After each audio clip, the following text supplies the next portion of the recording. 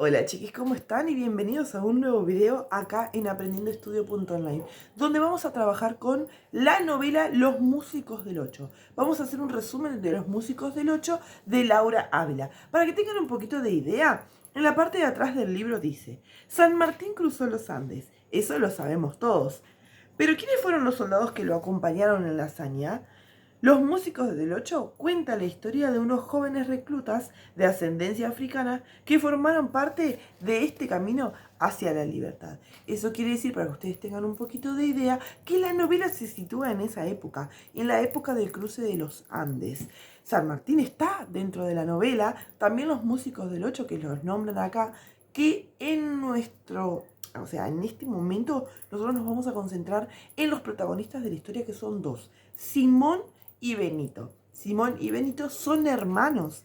Estos hermanos son los que nos cuentan desde el principio, incluso hasta cómo se reclutaban a los soldados. ¿Estamos listos para empezar? Sí. Vamos a ir al detalle, porque si no me pongo a hablar y me distraigo y hablo de cualquier cosa menos de lo que tengo que hablar. No te vayas por las ramas. No, a la novela. Lo que me gustó de esta novela es que el título de cada capítulo nos da como un mini super real chiquitín resumen de qué trata todo el capítulo en sí. Por ejemplo, el número 1 se llama Benito y acá es donde conocemos solo a Benito. Benito, como yo les conté, era uno de los hermanos estos de ascendencia africana que habían estado ahora en Argentina, ¿sí? Pero que luego, viviendo en Buenos Aires, que luego iban a ser reclutados para el ejército.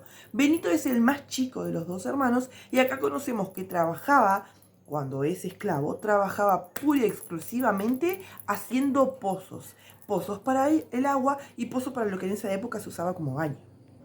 Benito tenía 13 años y trabajaba con Roberto, que era un liberto, se le llamaba liberto, a esos esclavos que habían obtenido su libertad y que trabajaban para sí mismos, podían alquilarse una casita, una habitación, lo que sea. Podían vivir solos, no dependían de su amo, por decirlo así, no tenían dueño. En el caso de Benito, no.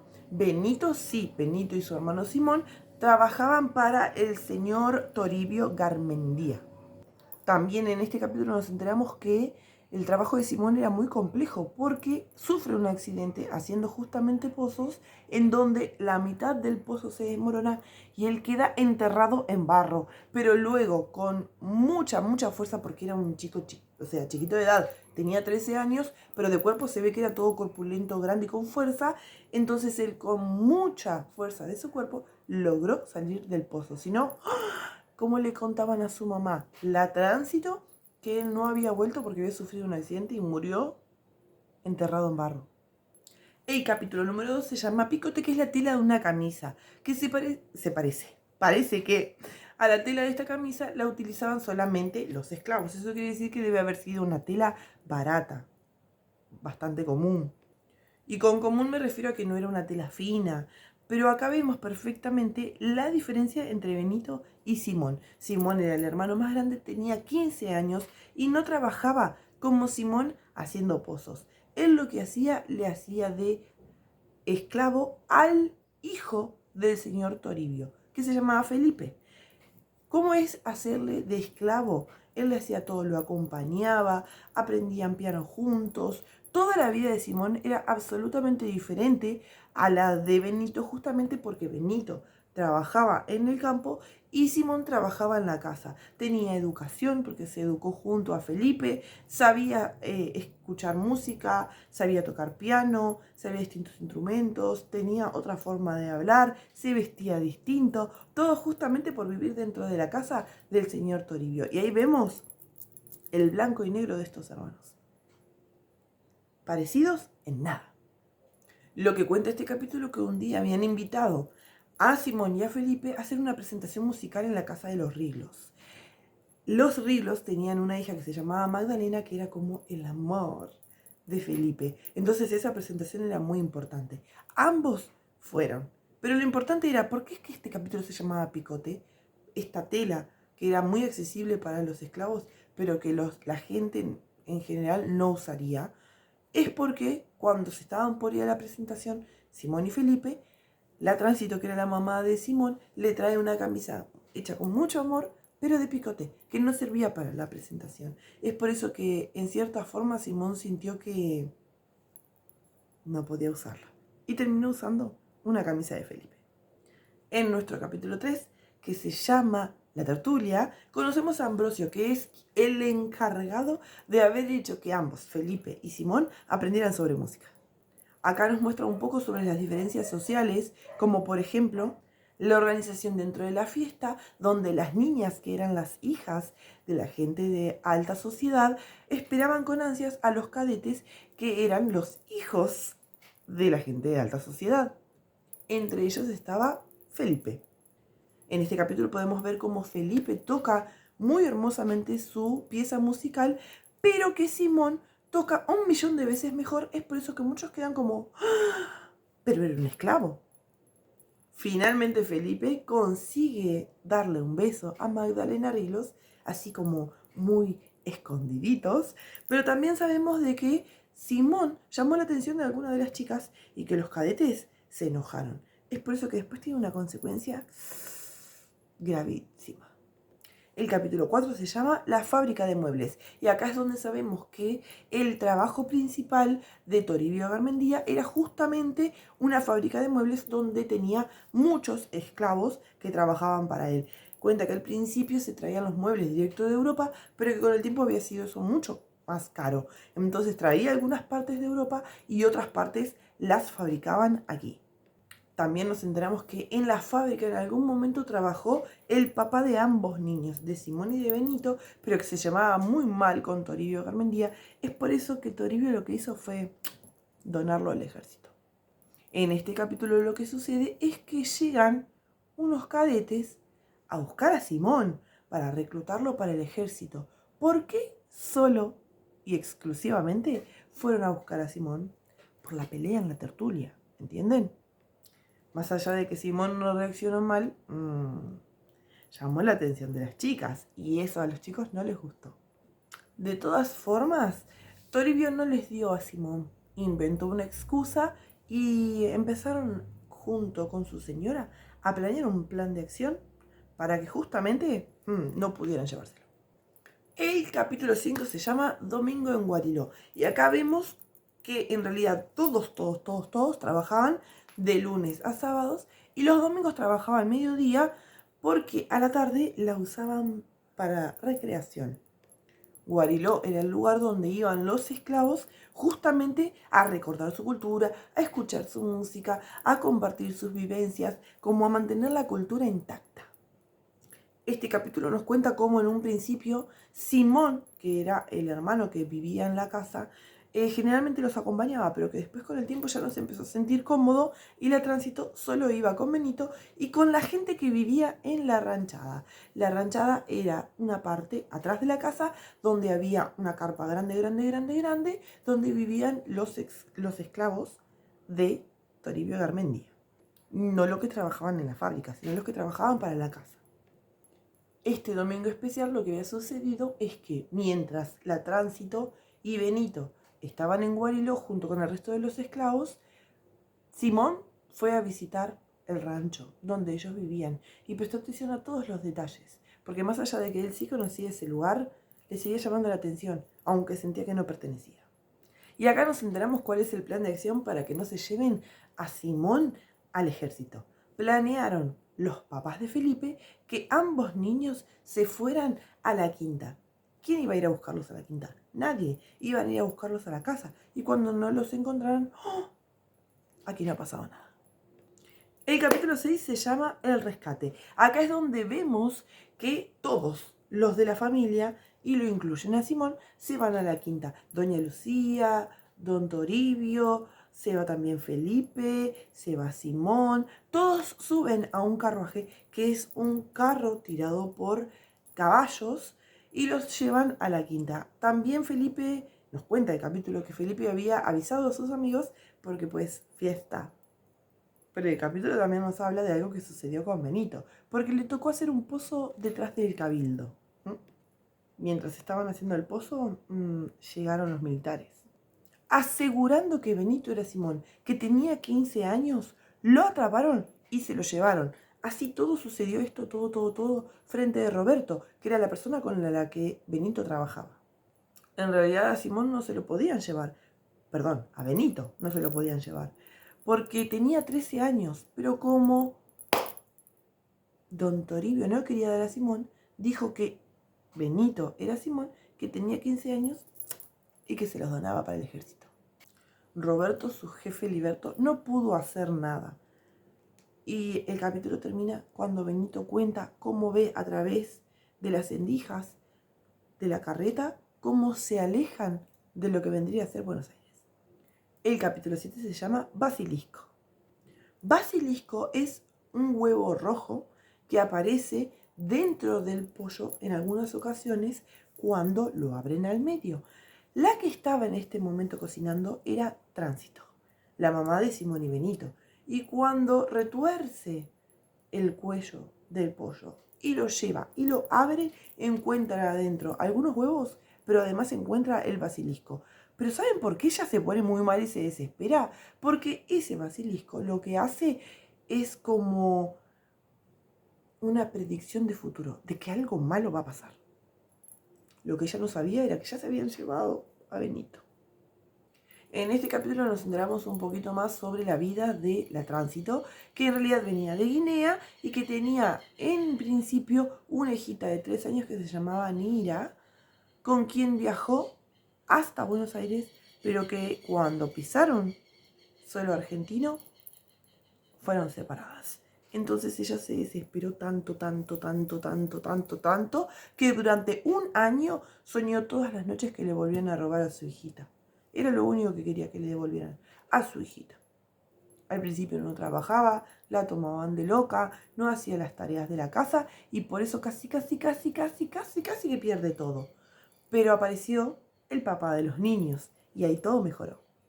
El papá de los niños se llamaba Maquiala.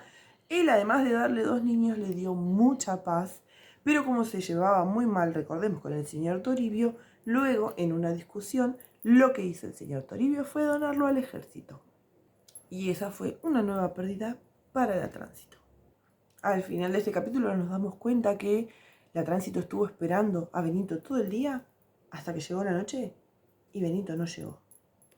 El capítulo 8 se llama Nira, Keila, Matiala, que son las personas que fueron desapareciendo de la vida de Tránsito por diferentes motivos. Ya vimos que, por ejemplo, Nira la separaron de ella y la vendieron aparte cuando llegaron a Buenos Aires y que Maquiala, por ejemplo, fue entregado al ejército. Pero en este caso nos enteramos de que una vez que la familia de Garmendia vuelve junto con Simón de la Quinta, encuentran que la Tránsito está absolutamente desesperada, que había dado vuelta a todo el rancho donde vivían, que estaba toda sucia cuando en realidad ella era absolutamente pulcra y vivía muy limpita, a pesar de no tener buena ropa, ella estaba siempre muy prolija. Entonces Simón se pregunta qué pasó, y era que Benito no aparecía y ya la mamá había entrado en desesperación.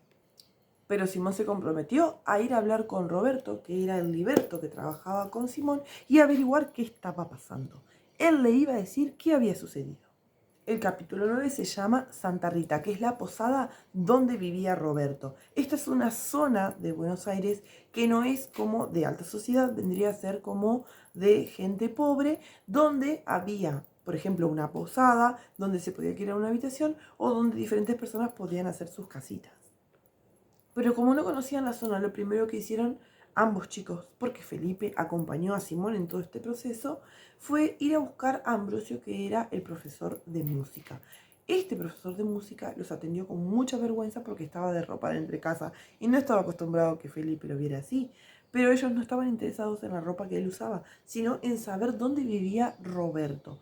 Una vez que Ambrosio les explicó, con un mapa, entonces ellos fueron directo a buscar al otro mulato.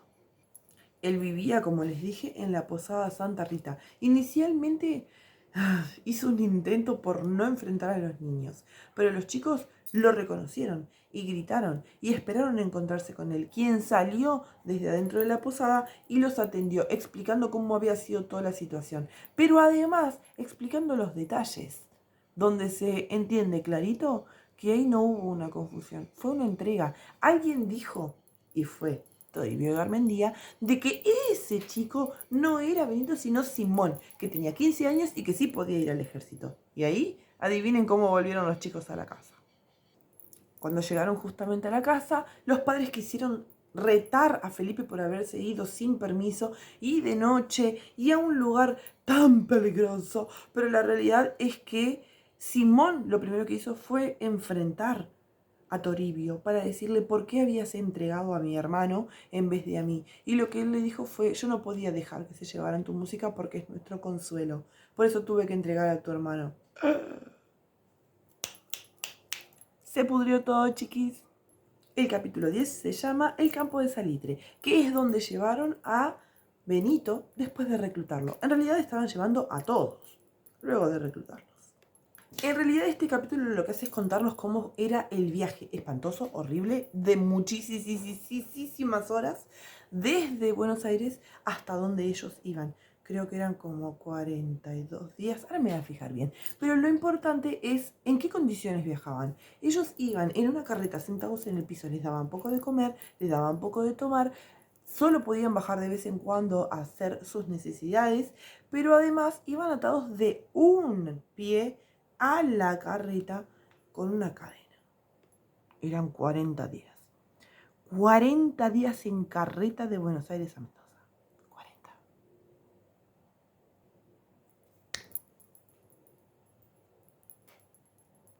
Y la realidad es que Benito quedó como... ¿Por qué no los trataron tan mal? En realidad tuvieron que hacer mucho trabajo, ¿sí? Para poder armar ese campamento porque lo estaban armando desde cero. Pero le sacaron su ropa, que era muy vieja, muy desprolija, y le quedaba grande, le quedaba chica. Siempre había problemas con esa ropa porque era ropa heredada y que estaba más o menos recauchutada, pero que había épocas en las que les quedaba grande, había épocas en las que le quedaba chico, y era la única ropa que tenía. Y acá se la sacaron, los mandaron a bañar, les dieron jabón, les dieron mucha ropa nueva, blanca, impecable, que ellos tenían que cuidar, pero además les dieron camas cómodas y él quedó como, qué interesante. Acá empezó a cambiar un poco el panorama para Benito. Pero Benito no estaba acostumbrado a cuidar su ropa. Entonces un día volvió con los pantalones muy enchastrados y como no los había cuidado, recibió el castigo de un día entero sin comida. Y además había en el sector 11, donde ellos estaban, no, Benito estaba en el sector 8, y en el sector 11 había unos músicos que supuestamente tocaban para alegrarles un poco la estadía, pero la realidad es que esos músicos lo hacían a Benito recordar a Simón, entonces les decía que el ejército era una porquería. El capítulo 11 se llama El Malvisto, porque ¿qué pasa acá? Simón sale de la casa con sus cosas y se muda al rancho con Tránsito, para no dejarla sola después de lo que había pasado con Benito. Pero la realidad es que Simón no encajaba ahí, no encajaba, entonces le decían el Malvisto. Acá vemos que en cierta forma Felipe también está muy desconforme con su vida porque creen que lo están criando, como que lo están preparando para hacerse cargo del negocio familiar y para ampliar el patrimonio familiar cuando él se casara con una buena chica que tuviese además padres con plata y que le daran muchos campos, por ejemplo. Entonces no tuvo mejor idea que escaparse con Simón y ayudarlo para que ambos pudieran rescatar a Benito. Por eso es que un domingo de tarde los muchachos se organizaron mientras no había nadie y mientras los padres de Felipe dormían la siesta, Felipe robó plata y Simón preparó todo y se fugaron a caballo.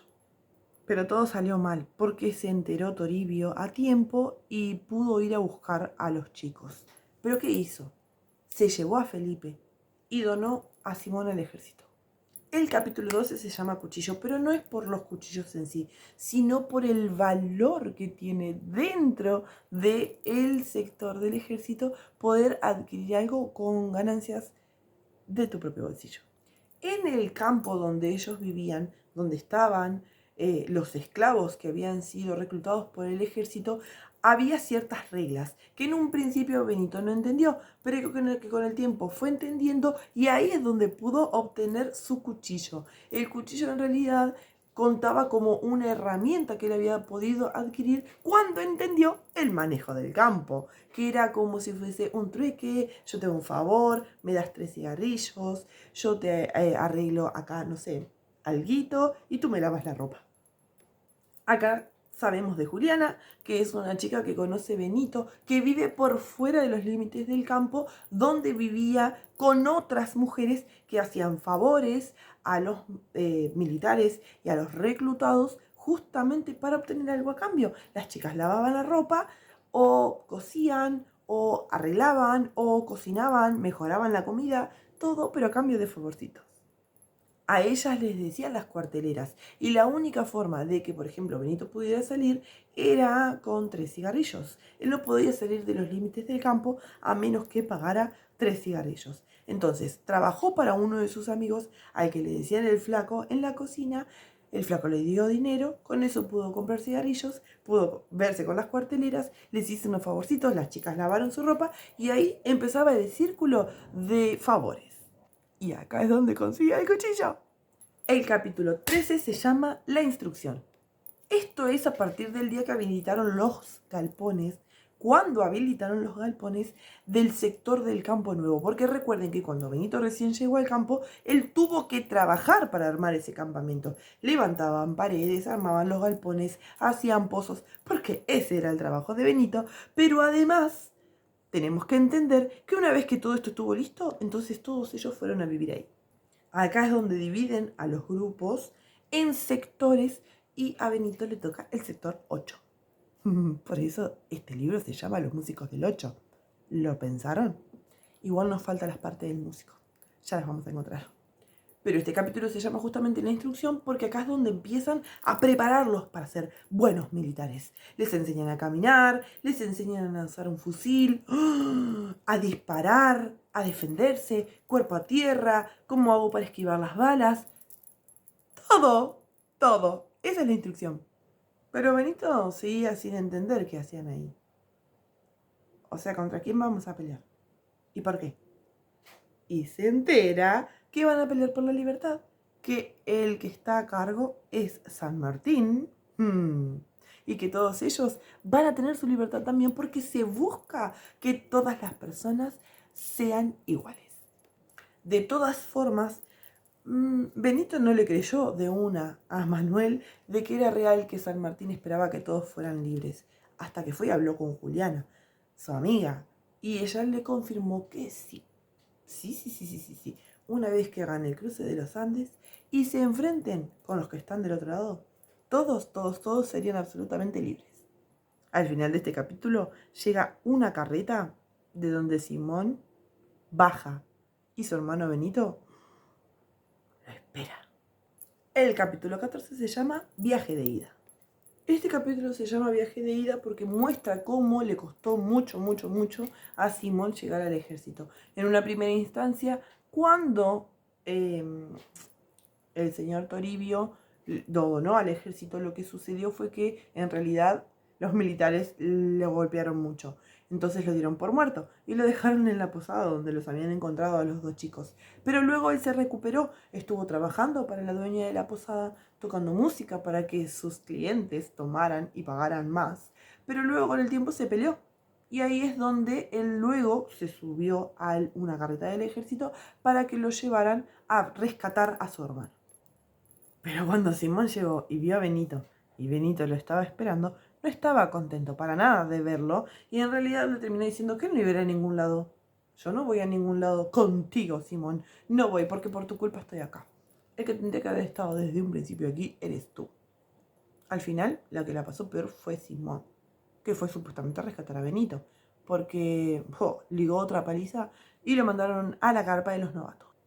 Acá es donde Simón entendió que el ejército era un viaje de ida, porque al fin y al cabo terminó él también reclutado. No era que se podía conversar, es vos venís acá, se quedan todos. El capítulo 15 se llama Los músicos del 8. En este capítulo nosotros sabemos que San Martín dio la autorización para que justamente armaran una orquesta en el sector 8. San Martín dio la autorización, pero quien estaba a cargo era Simón. Al principio a Simón le costó muchísimo adaptarse, no seguía las reglas, vivía castigado, no le daban de comer, lo metían en un lugar chiquitito, estaba muchas horas de pie, pero la realidad es que un día escuchó a los músicos del 11 en realidad, y ahí es donde sintió que la música lo reconfortaba y se le ocurrió la idea de armar una banda en su sector. Ahora sabemos que no le quedó otra a Simón que adaptarse. Empezó a reparar algunos instrumentos que le dieron y empezó a reclutar gente, pero para la banda, que era algo mucho, mucho más tranquilo. El flaco, que era amigo de Benito, se ofreció para tocar el tambor y pensó por un momento, esto debe ser mucho mejor que ir a la guerra. En el capítulo 16, que se llama El azúcar y el clarín, lo que sabemos es que, porque es bastante simple este capítulo, es que Benito era como un ejemplo a seguir, porque era alguien, uno de los que más defendía el ideal de este cruce de los Andes, porque sabía que luego de todo eso serían todos absolutamente libres. Como se estaba acercando el momento, San Martín se mudó junto con los que estaban ahí, junto con todos los negros. Simón escribió una carta al general San Martín para contarle lo de la situación de él y de Benito, que por lo menos dejara a Benito volver con su madre, pero la realidad es que San Martín ahora no podía dejar a ninguno de sus reclutas irse a ningún lado porque los necesitaba a todos. Es por eso que además los entrenó clavando sandías en algunas puntas de los palos, para que ellos fueran a caballo y ¡fa! Con el sable se entrenaban. El capítulo 17 se llama El entrevero. En uno de los entrenamientos, mientras practicaban con fusil, Simón se agachó tarde y ligó. Le dispararon en la mejilla derecha. Tenemos que entender que los tiempos eran otros y que no es como ahora que nosotros tomamos una penicilina y nos curamos. Ellos no tenían medicamentos, se curaban con poco, generalmente era con algo que los protegiera de los virus, de las bacterias, pero no era un medicamento. Entonces Simón se puso mal, empezó a cargar fiebre y todos rogaban que no se muriera. Pero tomaron cartas en el asunto a tiempo y Benito junto con sus amigos lo llevó más allá de los límites del campamento donde vivía Juliana para que las chicas lo curaran.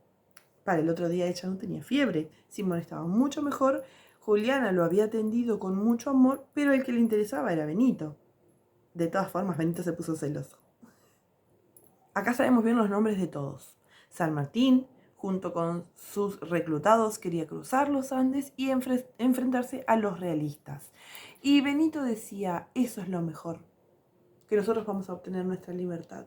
Y Simón decía, eso es un suicidio, la vamos a pasar muy mal, hay bala, hay lío. Y le dijo, Benito, sí, entrevero, el nombre del capítulo. Una vez que Simón se sintió mejor, pudieron volver al campo y Benito se ofreció a enseñarle a usar el fusil. El capítulo 18 se llama San Benito. Acá nos enteramos que Benito muere del miedo. Muere del miedo porque no quiere cruzar las montañas. No es porque no se puede usar un fusil, no tiene miedo a las balas, no tiene miedo a nada. Solo a cruzar la montaña. Y como quiso hablar con diferentes personas, y esas personas los tenían como, ¡wow! Súper valiente, qué hombre grande, qué hombre fuerte. Entonces él terminó diciendo, ya está. Pero a la noche lloró, porque realmente les tenía miedo. Incluso esa noche se armó la banda del Regimiento 8 y ellos se pusieron todos a cantar. En ese momento es donde explica que para Benito había sido mucho más fácil acostumbrarse a todo lo que tenía que ver con el regimiento porque había tenido una vida muy dura, pero que Simón estaba realmente desencajado en ese lugar porque su vida había sido mucho más organizada y todo esto le parecía absolutamente una tortura. Hasta que en algún momento, cuando todos los tambores empezaron a sonar, el corazón de Benito se aflojó, llamó a su hermano por su nombre africano. Simón le dijo a Benito su nombre africano y ahí empezaron a estar más juntitos como hermanos. El capítulo 19 se llama Los Patos. En enero de 1817, los del regimiento dejaron el campo de los Plumerillos y emprendieron su batalla. Cargaron las mulas, los caballos, comida, ropa. Benito se despidió de Juliana, quien se puso muy mal y se fue a llorar adentro de la casa. Sin que antes, pero no sin antes, despedirse bien de Benito y que Benito le dijera, espérame, Juliana. Y ella le dijo, sí, te espero, Benito. Este capítulo explica el ascenso a la cordillera, que en los primeros días habían sido con buen clima, pero que a medida que iban avanzando el clima se ponía muy frío, incluso en algunos momentos llovió. Benito perdió la razón, quiso volver corriendo y casi se mata, pero nada, va todo bien. Y el general San Martín iba por detrás de ellos, cuidándoles la espalda. Los hermanos estuvieron mucho más unidos en este camino y terminaron incluso durmiendo juntos como cuando eran chicos. A medida que iban caminando, Simón le enseñó a escribir a Benito. La primera palabra que Benito escribe es Juliana y la segunda es libertad. A medida que pasa el tiempo, ellos van sintiendo que, por suerte, el aire empieza a calentarse y ven los primeros signos de pastito. ¡Oh! Ya habían cruzado la cordillera. El capítulo 20, la cuesta de Chacabuco. Acá escuchamos de O'Higgins, Soler y Kramer, que eran las otras personas que acompañaban al general San Martín. Una vez que llegaron al valle chileno, empezaron a buscar al enemigo. En una noche supieron que estaban a unas leguas de distancia, entonces planearon que justamente Simón y el flaco distrajeran al enemigo. ¿Qué hicieron? Se fueron con el tambor y el clarinete, pero a otra parte para no mostrar su posición. Eso estuvo muy inteligente. Entonces, cuando el enemigo apuntó a donde estaban escuchando los sonidos, estuvieron ahí que mostrando su posición. Fueron atacados por el regimiento del general San Martín. Este capítulo es una hermosa descripción sobre cómo fue la batalla. Fue muy larga, empezó a la noche, siguió hasta la tarde del otro día, pero fue batalla tras batalla tras batalla. Se reagrupaban, cargaban sus armas, volvían a empezar y así estuvieron peleando continuamente. Pero lo más triste de toda esta historia, no lloremos, es que Benito sobrevive, pero Simón no. Él no había sido preparado para la batalla y cuando todo el fuego comenzó, él no supo defenderse. Entonces murió. Y por último tenemos el epílogo. En el epílogo nos enteramos de que con el tiempo Benito vuelve a su casa con el clarín de su hermano, el que rescató en el medio de la guerra. Cuando llega no lo reconocen porque por supuesto había pasado mucho tiempo. Ya no vivían en el rancho atrás de la casa porque Felipe había liberado a todos una vez que se hizo cargo de los negocios de su padre. Ahora vivían todos juntos en una casa en donde, por ejemplo, la Tránsito se ocupaba de bordar. Ella trabajaba bordando. Cuando vio a su hijo, no lo reconoció, pensó que era Simón, pero cuando supo que era Benito, igualmente se puso absolutamente feliz, se abrazaron y fueron muy, muy, muy felices. Ahora sí, el general había cumplido con su palabra. Eran todos libres. Espero te haya gustado esta historia, llegamos hasta el final, no te olvides de ver este video tantas veces como sea necesario, pero toma nota del marco narrativo que era el lugar, tiempo y personajes y de la secuencia narrativa que tenemos que saber cómo empieza la historia, cuáles son los problemas principales dentro de la novela y cómo se resuelven y por último, cómo termina la historia. Que esta tiene un final pseudo feliz. Les mando un beso enorme. ¡Mua!